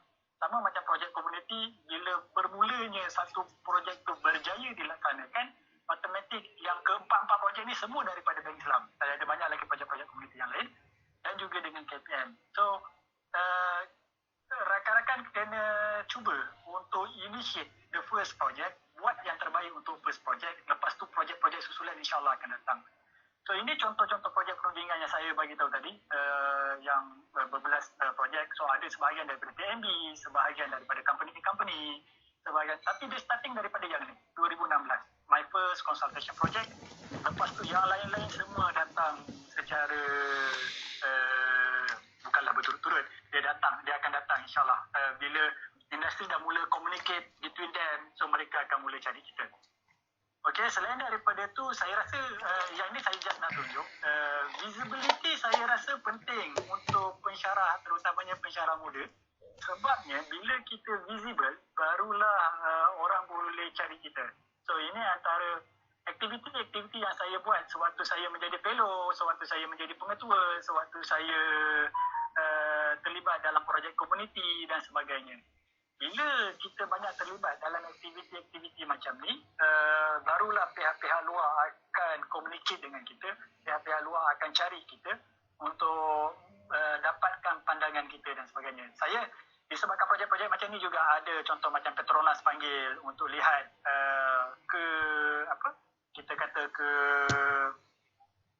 chances untuk bekerjasama. Dan paling latest LKIM, Lembaga Kemajuan Ikan Malaysia. Mereka pun baru sahaja communicate disebabkan visibility macam ni. Okay, so saya rasa ini antara item yang paling penting dan untung kita di UTM sebab kita ada HEK, Hal Ehwal Korporat. Kalau kita ada buat apa-apa program, sebenarnya kita perlu communicate dengan HEK. HEK yang akan bantu untuk keluarkan berita-berita ni. Semua berita ni sebenarnya daripada HEK. HEK UTM yang akan bantu kita untuk keluarkan dalam surat khabar dan sebagainya. Dan mereka sangat supportive. Kita boleh karang semua ayat ni, kita bagi ke dia, mereka akan betulkan bahasa dan sebagainya dan mereka akan hantar kepada beberapa berita. So, untuk mana yang saya nampak ini akan jadi salah satu kita kata pemberat, salah satu kunci untuk pihak atasan untuk kenal kita, tahu kita dan sebagainya. Visibility lah saya nampak. Okay, ini antara saya kata bukanlah company ajalah, company-company badan-badan yang pernah bekerja, yang pernah saya terlibat secara langsung dalam projek-projek mereka, termasuklah IRDA yang paling baru. So, kalau tengok apa kesimpulan yang saya nak highlight, sebab saya punya cerita tadi terpecah-pecah kan. Kalau dari segi pengajaran, saya boleh kata ramai orang lagi pakar daripada saya boleh kata saya dalam kategori biasa. Dari segi penyelidikan pun saya kategori biasa je. Penyelidikan saya kategori biasa, penulisan penerbitan saya pun biasa je. Saya sama je macam rakan-rakan yang lain. Dan saya yakin rakan-rakan dalam ni ramai yang lagi hebat. Perundingan adalah sikit, macam saya listkan tadi, dan juga perkhidmatan kepada masyarakat adalah sikit. Dan commercialization saya nampak saya ada tapi tak banyak. Apa yang saya nak cuba highlight dekat sini, katakanlah kita ada kekuatan. Okey, contoh saya ambil A. Rakan saya A ada kekuatan dalam pengajaran dan penyelidikan. Okey, kalau si A tadi ada kekuatan di sini, yang lain-lain dia masih perlu full team, masih perlu cari peluang, masih perlu dapatkan peluang walaupun level biasa-biasa. Sekurang-kurangnya bila kita bawa interview ke atas, macam Dr. Michael cakap tadi, memang atas mereka akan tanya macam-macam soalan, macam-macam possibility. So, kalau kita pastikan diri kita cover semua elemen, insyaAllah kita tak akan ada masalah. Itu nombor satu. Tapi tak bolehlah semua biasa. Kalau semua biasa, bila kita naik atas, kita tak boleh nak highlight kekuatan kita. Itu yang akan berbalik kepada slide pertama saya tadi. Saya yakin setiap orang ada kekuatan masing-masing. Siapa yang kuat bahagian tersebut boleh jadi champion. InsyaAllah bila rakan-rakan champion dalam satu faktor tersebut, ramai yang akan perasan yang you all hebat dalam area-area tersebut. Tapi jangan sahaja fokus kepada satu bahagian, pastikan yang lain-lain pun masih ada. So apa yang saya boleh simpulkan, saya yakin bahawa SKE Shine dan semua sebenarnya layak je ke Profesor Madya. Just fulfill semua kriteria ni, make sure that you excellent in one of the area, tak perlu pun excellent dalam semua area. Bila awak excellent dalam one of the area dan yang lain awak fulfill, insyaAllah awak you all akan ada peluang untuk pergi ke situ. So akhir kata daripada saya, memang pendek ni saya buat sebab kita kejar masa. Yang pertama, cari kekuatan diri. Kenapa perlu ada cari kekuatan diri? Untuk pastikan visibility di peringkat SKE, kalau siapa di SKE lah, ataupun di peringkat school masing-masing, dan juga UTM. Itu penting. Yang kedua, bekerja dalam kumpulan apa jua perkara. Sebab kenapa nombor 2 ni penting? Untuk makluman rakan-rakan, sebab sekarang ni saya dalam pentadbiran, saya juga pentadbir di school. Perkara tersebut penting sebenarnya. Kalau kita bekerja dalam kumpulan, sebenarnya ramai orang akan nampak kita, visibility tu akan muncul. Tapi kalau kita jenis seorang-seorang, duduk di pejabat seorang-seorang, betul, mungkin kita buat banyak paper, mungkin kita buat banyak perundingan dan sebagainya, tapi orang mungkin tak tahu, orang mungkin tak kenal kita. Sebab tu kalau rakan-rakan tengok tadi, semua projek-projek consultation saya, semua projek-projek community saya, tak ada pun satu projek yang saya buat seorang. Walaupun projek consultation, mungkin bidang kepakaran tu bidang saya akan pastikan bahawa saya akan invite beberapa rakan-rakan yang lain untuk sama-sama dalam projek tersebut. Sebab bagi saya, tak ada pun ruginya kalau kita bekerja dalam kumpulan. Malah banyak kekuatan yang kita akan dapat bila kita bekerja dalam kumpulan. Visibility kita lebih menyelah, lebih mudah dilihat, dan juga orang pun boleh tahu siapa kita. Lepas tu nombor 3, ini antara item yang paling penting lah. Bersedia untuk jadi pemimpin dan juga ketua. Sebab saya rasa ini pun antara cabaran yang dihadapi bukan sahaja di SKE, tapi mungkin juga cabaran di UTM. Bila ada jawatan kosong, mereka nak cari siapa untuk jadi ketua-ketua unit, sedikit sukar. Orang ni tolak, orang tu tolak, orang ni tolak. So saya rasa perlu sebenarnya sekiranya diberi peluang. Tahniahlah Dr. Yana, kalau saya tak pasti Dr. Yana ada ke tak dalam ni. Dilantik di peringkat CEE kan. Satu tindakan yang baik, saya kata satu action yang sangat baik apabila Dr. Yana mengambil peluang tersebut untuk memegang jawatan tersebut. Sebab bila kita berjaya menjadi pemimpin, bila kita dapat pengalaman menjadi pemimpin, ni sebenarnya banyak benda yang kita akan belajar, banyak benda yang kita akan nampak, banyak benda yang kita akan lebih aware, dan secara tak langsung dari segi visibility pun orang lebih mudah kenal kita. Dan yang ketiga, yang keempat, cuba untuk melakukan perkara yang baru. Okey, yang ni kenapa? Sebab kalau tengok tadi, projek-projek consultation yang saya listkan tadi, bukan kesemuanya projek yang sama. Ada setengah-setengah tu adalah projek yang baru. Yang mungkin saya ada nulis, tapi saya tak pernah pun buat, tak pernah pun terlibat secara detail analisis tersebut. Sekiranya projek tu datang, sekiranya peluang tu datang, ambil dan buat. Sebab saya yakin semua dalam grup ni semua dah hebat-hebat. Bila kita kata semua dah doctorate, sebenarnya kita dah belajar pun proses-proses macam mana buat research, proses-proses macam mana kita buat literature review, proses-proses macam mana kita evaluate dan sebagainya. So, bila satu-satu projek tu datang, walaupun dia CP-CP sahaja dengan kepakaran kita, apa yang saya boleh sarankan adalah ambil peluang tersebut dan grab peluang tersebut dan buat yang terbaik. Tapi bila kita ambil peluang tersebut dan kita carilah team member.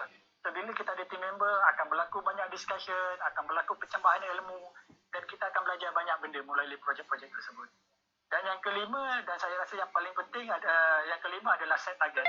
Set target ni memang sangat penting sebab samalah macam kita, kalau kita hidup tanpa kita set target kita, sebenarnya kita mungkin akan terawang-awang. Mungkin kita tak tahu bila masa kita nak capai objektif kita. Macam saya cakap tadi, memang waktu saya habis sahaja PhD, saya dah set target saya perlu dapat Profesor Madya pada 7 tahun. Dalam tempoh 7 tahun saya nak dapatkan Profesor Madya. Maka bila saya tahu itu adalah target saya akan tengok semua kriteria. Apa kriteria yang perlu, apa option-option yang ada. Contoh LI. Saya tak pergi LI, tapi saya buat banyak-banyak project consultation sebab waktu tu saya punya plan, Kalau saya pergi LI, mungkin saya tak ada PhD student. Kalau saya pergi LI, mungkin saya tak boleh buat community project. Kalau saya pergi LI, saya akan bla bla bla. Maksudnya, banyak benda yang saya mungkin hilang kalau saya pergi LI, dan secara tak langsung, dia akan menyebabkan saya drag dari segi tempoh masa untuk saya dapatkan Profesor Madya.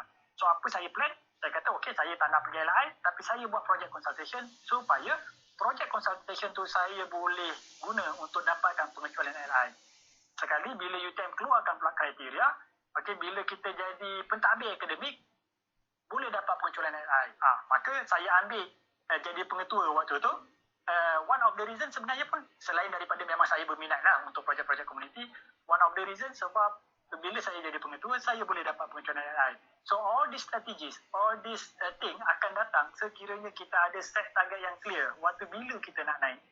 Cuma betul lah, paling penting kenaikan pangkat ni bukanlah kita punya matlamat akhir, tetapi ianya adalah satu point yang kita cuba dapat.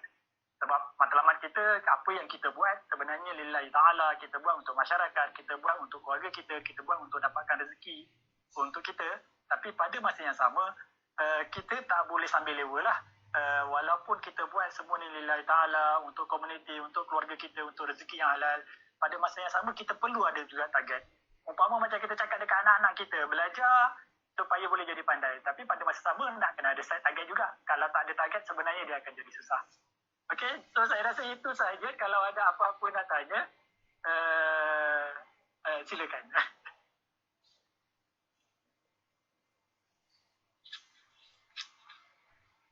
Okey, terima kasih Dr. Jasro. Panjang lebar, bagus.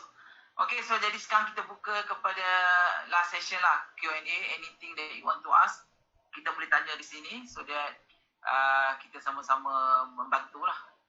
Okey, kalau kita ada 2 orang di sini yang boleh, orang kata, yang boleh bagi feedback yang bagus untuk soalan-soalan yang mungkin bermain di minda fikiran semua tentang bagaimana macam mana ni aku ni nak naik sebagai associate professor.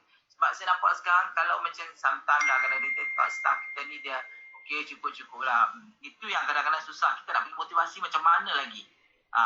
Macam mana kita nak cakap kepada staff kan, kata alah dia tak kisah pun. Tapi kita, kalau kita ikut, kita mesti ada target lah macam Dr. Jasro cakap tu. Kalau kita tak ada target, jadi macam tu lah. Alah tak kisah. Okey. Jadi bicara. Satu lagi Prof, saya nak kongsi. Kalau macam saya kata tadi, kalau kita ada kekuatan kita tu, bila kita masuk interview, macam Dr. Michael cakap tadi, waktu kita perkenalkan diri, kita highlight je kekuatan kita. Lepas tu dah tak ada soalan lain. Mereka akan interested kepada kekuatan kita. Itu yang berlaku lah. Waktu saya interview hari tu, lebih kurang daripada 10 minit. Kurang daripada 10 minit. Waktu saya masuk, saya perkenalkan diri, saya highlight segala kekuatan saya. Saya kata saya ada project consultation berapa banyak, jumlah dana berapa banyak, saya ada project community macam ni. So mereka lebih berminat kepada kekuatan kita. Dia tanya, oh macam mana boleh dapatkan project consultation? Macam mana boleh dapat macam ni? So pastikan rakan-rakan dalam ni ada kekuatan tersendiri, dan waktu interview nanti itulah yang rakan-rakan boleh highlight waktu memperkenalkan diri. Sebab memperkenalkan diri itu adalah satu sesi yang sangat baik untuk kita highlight kekuatan. Sebab kalau kita nak harap orang baca CV kita, kadang-kadang terlepas pandang. So kita kena verbalkan, kita kena cakap kekuatan kita supaya waktu kita interview tu, track dia tu jadi cantik. Dia tak adalah tanya sesuatu di luar daripada jangkauan kita. Betul? So, saya setujulah sesi ni dengan pandangan. Okey, tapi kadang-kadang kita sendiri pun kadang tak tahu apa kekuatan kita. Itu yang jadi masalah tu. Kekuatan betul kalau kamu kata kamu ada buat 2-3 buku on teaching, okey lah, kamu bagi highlight yang tu. Okey, saya telah publish ni. Okey, ramai student. Okey lah. Saya rasa that is punya kekuatan. Setiap seorang tu ada kekuatan beza-beza. Kata-kata kamu bagus dalam publication. Kamu cakap lu, kekuatan saya telah publish ke berapa banyak ISIQ1 ni, saya dapat citation yang agak tinggi ni. Jadi itu salah satu kekuatan dia juga. Kalau macam kata kuasa kamu dalam grant nak apply. Saya apply international grant, saya ada tulis international grant with certain amount with collaboration dengan dia. Okey lah, dia tengok, oh bagus. Dia kan lepas tu dia pun tak tanya lagi lah kot. Mungkin dia tanya more on university achievement, apa semua tu lah. Saya cakap tadi kat Dr. Michael tu, strategi, infostar, benda-benda tu kena tahu jugalah. Okey, ada apa lagi tadi? Siapa nak tanya tadi? Amirul lah. Siapa? Apa ni ada? Dr. Amirul lah. Dr. Amirul daripada SKM. Itu macam saya tak boleh baca. target 7 tahun untuk AP. So, apa pula target saya untuk profesor? 7 tahun. Saya punya target untuk profesor 7 tahun. Ni habis umum lah ni. Dekat 59 orang. saya punya next target pun adalah 7 tahun insyaAllah.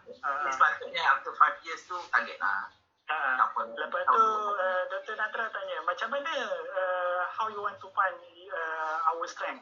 Saya nampak macam ni, saya yakin setiap orang memang ada, sebab kita kena buat 77P ni, kita kena buat pengajaran, kita kena buat pendidikan, kita kena buat perundingan, kita kena buat perkhidmatan kepada masyarakat dan sebagainya.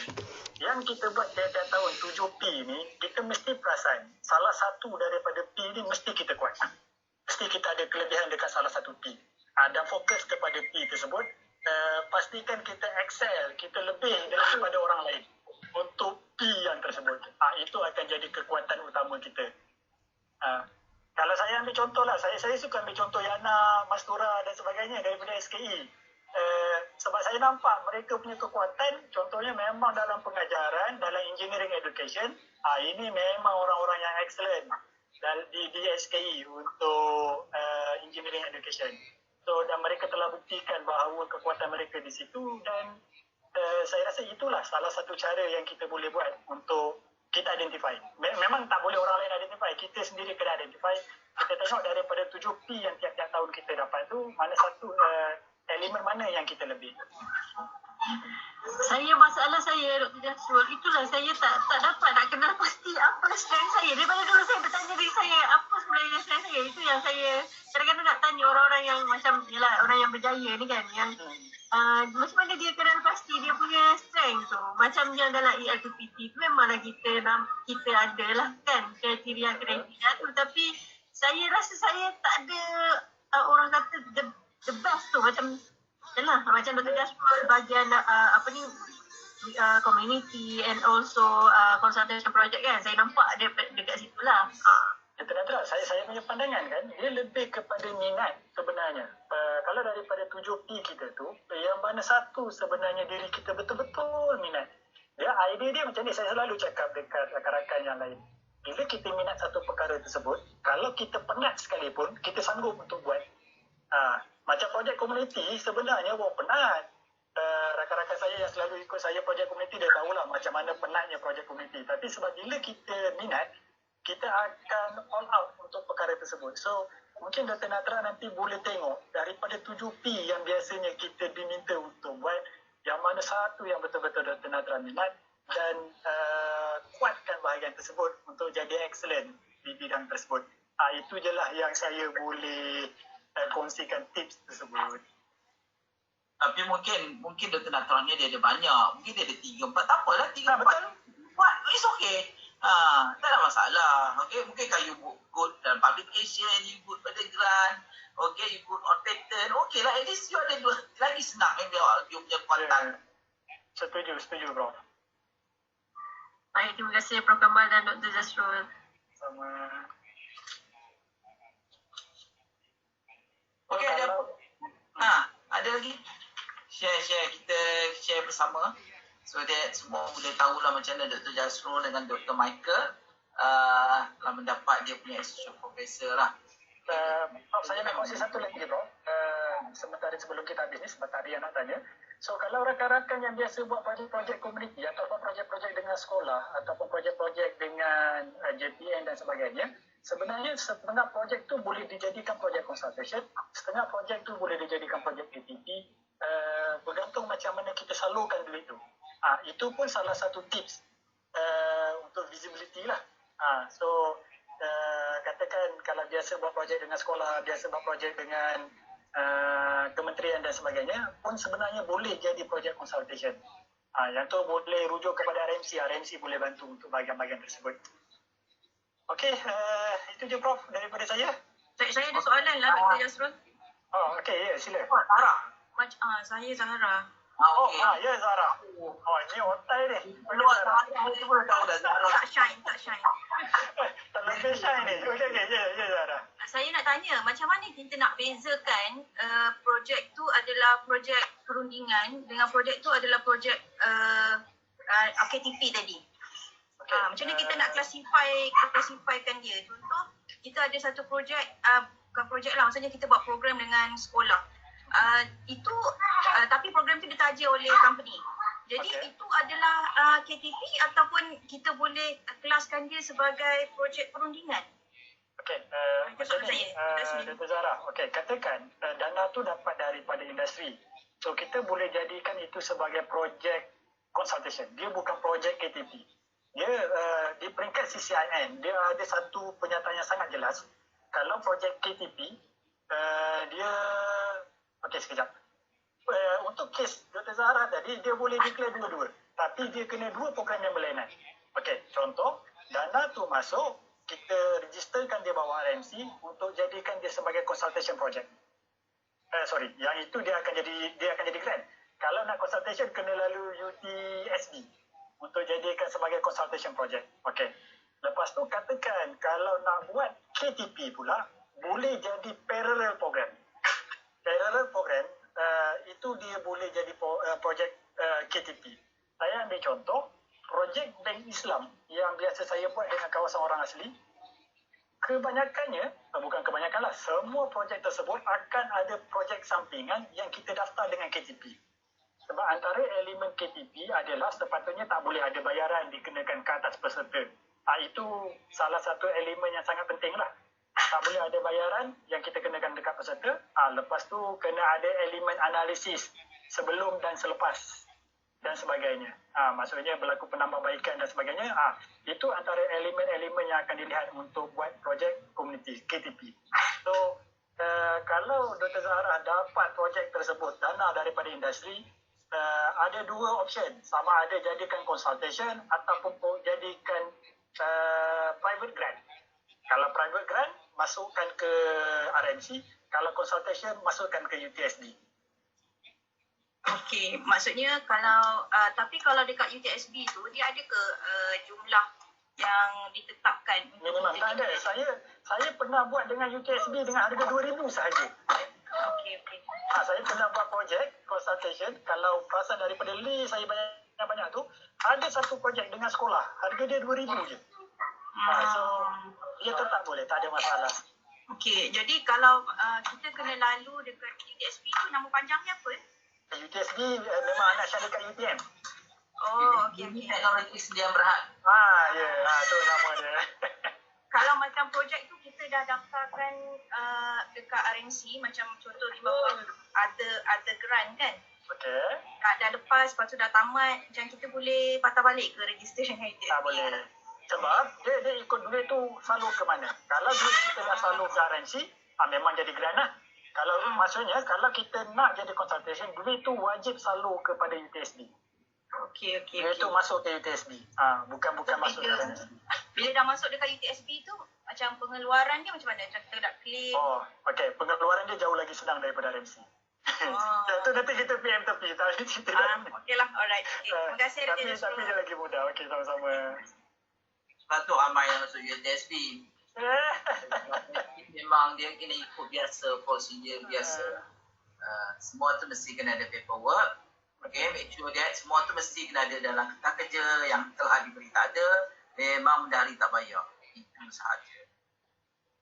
Dr. Syahira tanya, consultation tu, kalau tiada dana dibawa masuk ke UTM, boleh dikira? Betul Dr. Syahira. Dia macam ni, bila kita lalu UTSB, automatik akan ada 5% masuk ke UTM. So, memang kita tahulah daripada jumlah dana yang kita dapat tu, contohlah 100,000, 5% memang akan masuk ke UTM. Dan memang kena ada lah potongan tersebut sebab kita pun sebagai staff UTM kan. Dan itu antara perkara yang kita boleh highlight waktu kita interview. Kita ada beberapa projek consultation dan setiap projek consultation tu memang kita ada contribution kepada UTM. Dan UTSB tetapkan 5% untuk buat perkara tersebut. So, selebihnya dia macam ni. Kalau yang saya tahu UTSB, dia 21% total up. 10% UTSB sendiri charge. 5% saluran kepada UTM. 6% tax. Okay. Dan selebihnya duit tu masuk kita 100%. Itu kelebihan masuk ke UTSB lah. Tapi secara automatik baru dia akan count sebagai consultation sebab kita ada contribution kepada UTM yang 5% tadi. Tapi just saya nak remind kalau macam you ada grant daripada luar, kita boleh juga register tapi kita boleh buat networking grant lah. Tak ada masalah. Betul.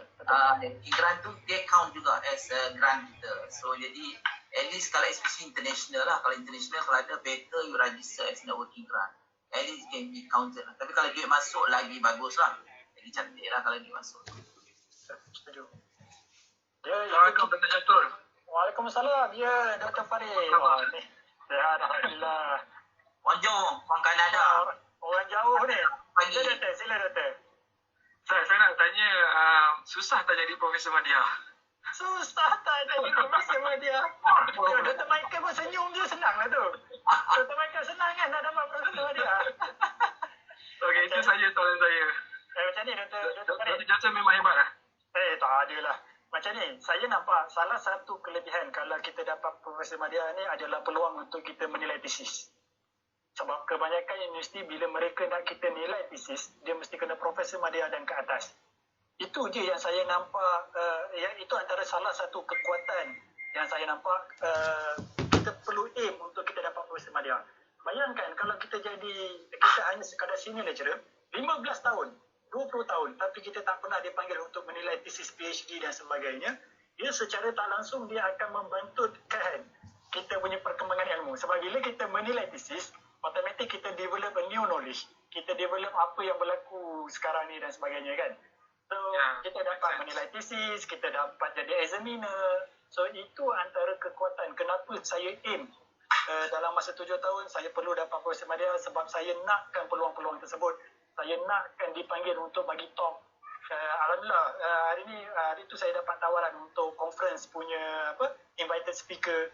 Kalau kita hanya doktor, senior lecturer, sebenarnya peluang kita tu bukan tak ada, mungkin ada, tapi buat masa ni sebelum ni saya tak pernah dipanggil untuk perkara-perkara tersebut. Setengah-setengah polisi universiti pun memang tetapkan mesti Profesor Madya baru boleh menilai tesis. So itu je yang saya nampak dari segi kekuatan yang perlu kita aim supaya kita dapatkan Profesor Madya tu secepat mungkin.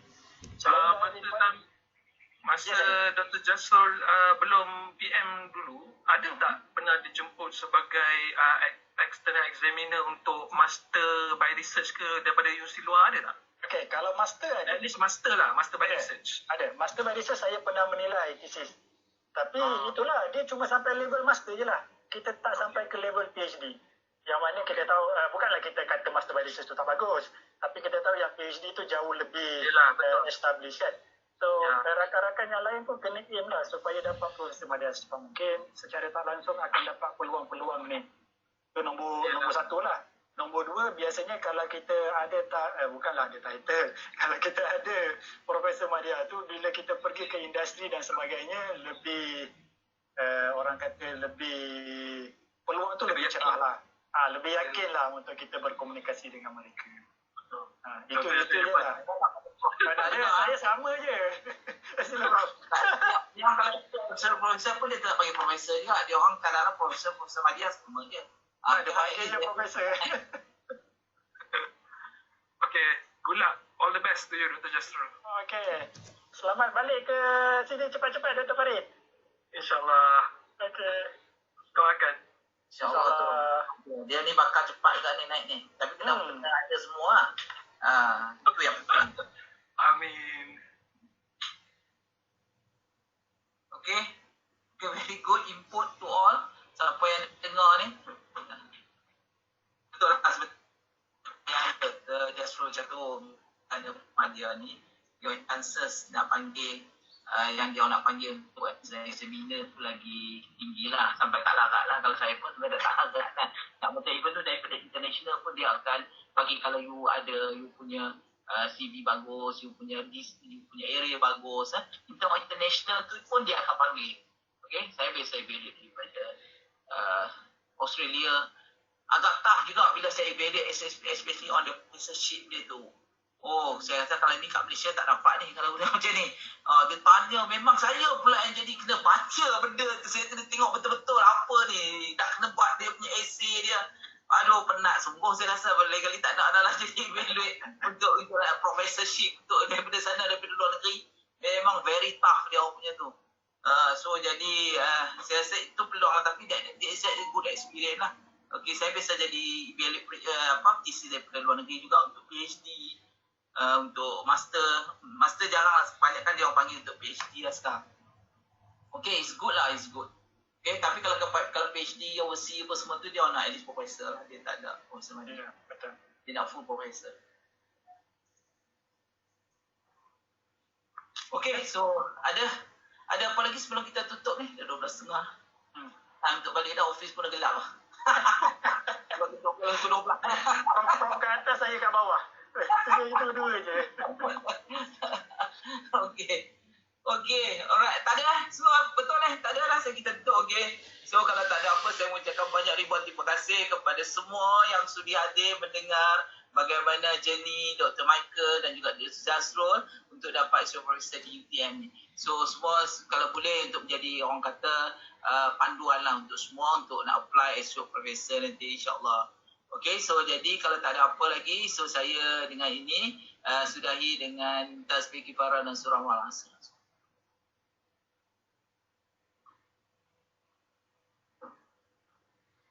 Okay, sekian, terima kasih ya. Dr. Hafiz pun ada bawa interview semalam. Terima kasih semua. Dr. Michael, terima kasih banyak-banyak. Okay, thanks Dr. Michael. Terima kasih Prof. Okay. Terima kasih. Ramai yang suka. Bagi thumb up sikit rating untuk program-program macam ni.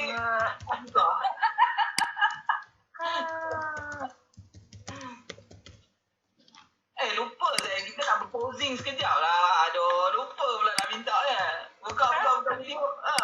At least siapa yang masih ada ni boleh buka video. Kita sama-sama tangkap gambar. Lupa tak? Siapa dah tangkap? Okay. Adib tu next tu. Ni semua otak yang ada ni. Dr. Yana, Dr. Adib. Kita jauh lagi tu. Jauh benda ni. Yana. Siapa nak snap? Saya ni iPad ni. Tak boleh nak snap semua.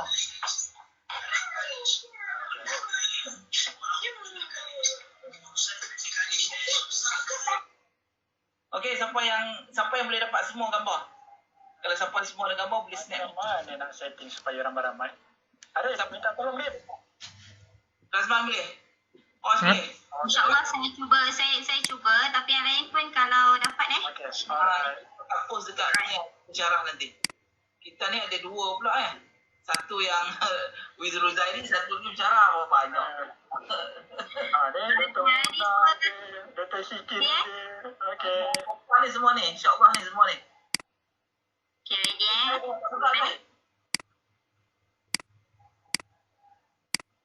Okay, ready semua, senyum dekat kamera. 1, 2, 3. Okay, saya ambil satu. Yang lain kalau dapat backup.